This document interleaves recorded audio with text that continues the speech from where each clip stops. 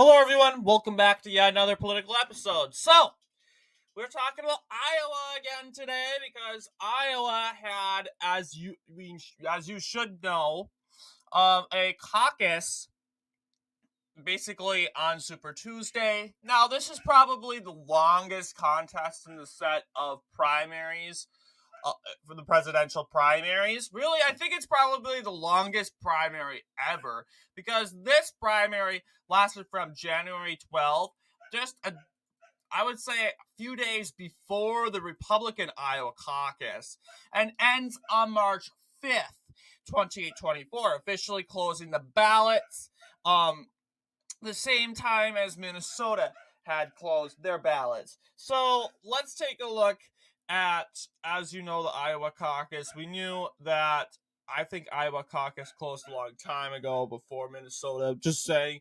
But you'll see poor turnout. Like, really, who would show up and vote for Joe Biden? Who?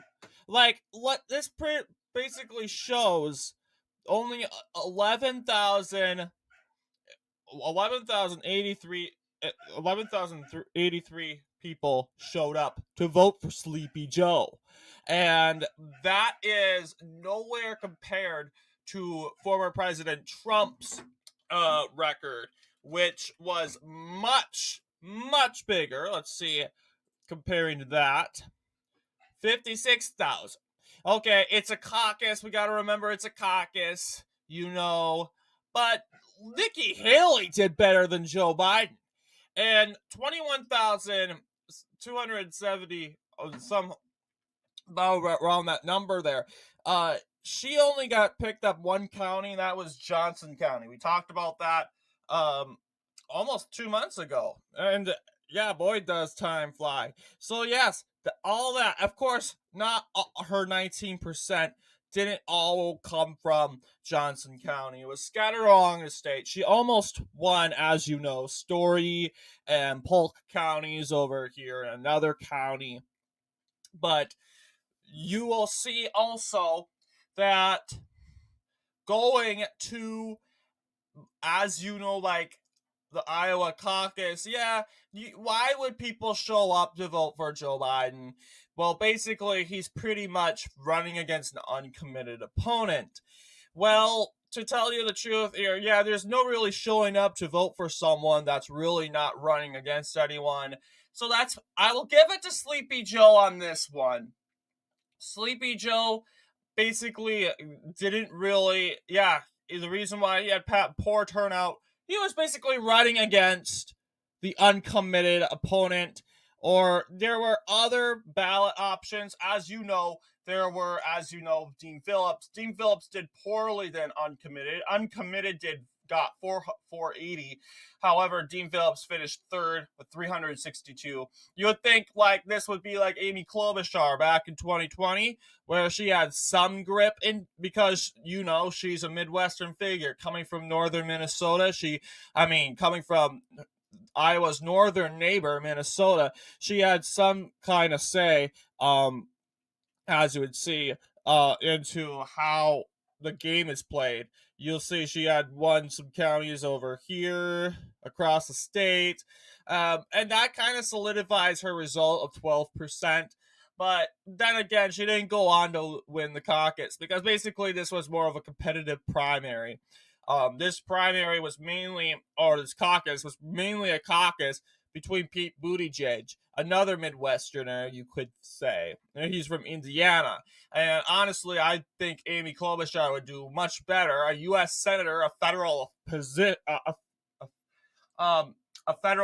official, would kind of do better than a mayor of an Indiana city, basically. But then again, there was Bernie Sanders, who, as you know, won the said. I think he won most of it by the popular vote. But however, by what qualified Buttigieg to carry the Iowa caucus was the state delegate equivalence, which ended up was awarded to Pete Buttigieg. in the end. So we got our response and answers from that. But back to Iowa. Yeah, back in 2020, Biden did carry some counties. You'll see he carried like 1, 2, 3, 4, 5, 6, 7, 8 counties in the state delegate equivalence winner. And he kind of carried other counties around and in, but overall, he only got 15%, much better than Amy Klobuchar. But once again, that really didn't really stand much of a chance against Bernie Sanders and Buttigieg in the caucus.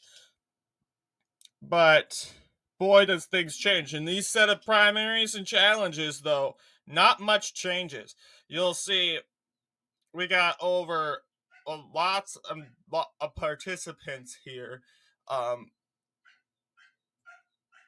Like for instance, how many votes did Biden win? Over 20,000. Biden couldn't even get to 20,000 this time, although he did successfully carry every Iowa county. Usually, if you have votes that small, and I'm guessing Biden probably got 10 or 8 from each county. Like, for instance, the counties that are at 90%, he probably won 8-1. But basically, he won, or I wouldn't say it was 8-1, about 100 or so in each said county. And we got to acknowledge that it's not going to be single digit. He didn't go and win by 100. So I would imagine close to 1,000 votes per county. But ultimately, Joe Biden ended up winning the race by around 90.9%, which honestly I would expect you to win by 90.9%. Let's check out Donald Trump's caucus win in 4 years ago in 2020. Yeah, 97.1%. And guess what? Gotcha, that one. 31,421 people showed up and voted for Trump. That says a lot to compare to Biden's 10,000 or 11,000 that showed up and voted for him. And hey, you know what? The Iowa Never Trumpers, they had Bill Well, the libertarian as he calls, but really he's just a left winger who actually embraces anti-gun rights, pro-abortion, pro-woke agenda views. And he goes and runs on this election. Democrats could have said, you know what, we're going to vote for Will. It doesn't really matter who we get. And guess what? Only 1.3% of people, 425 people voted for him. Oh, let's give him one delegate, though. He gets one delegate. Like, seriously, how many delegates did he ended up winning? One. Then that was from the Iowa caucus. Then this guy ends up dropping out on March 18th. And as expected, he endorses Joe Biden because that's what he does. Yeah. And yeah, I can care less. Honestly, I would love to have you leave. Leave the Republican Party. Are you still a Republican? Hopefully not. Oh, good. Wait, never mind. He's still a Republican, but as you know, he was a libertarian. And then right when, for some reason, Trump's win to fame in 2016, he leaves the Libertarian Party and he becomes a Republican. It's just stupid. Stupid altogether. So, yeah, Bill Well doesn't stand a chance, not liked. He would probably lose big if he was nominated, as he would not get Republicans out. He would not get the MAGA faction of the Republican Party out. Yeah, Democrats would win in a landslide. So what do you guys think with the Iowa caucus? Let me know down below. The Democrat version of the Iowa caucus, which no one is really talking about because my brain is not on the Iowa caucus, but I'll talk about it anyway because the Iowa caucus was January, and for some reason the Democrats this time decided to do a longer one, a 3-month 2.5 month said period of caucusing, and that only got them 11,000 votes. Yeah, and you think it must be bigger because you have a span of time and decisions change. Should I go caucus or should I not caucus? And to see that Donald Trump did very well in a snowstorm was mind-boggling. So, what do you guys think?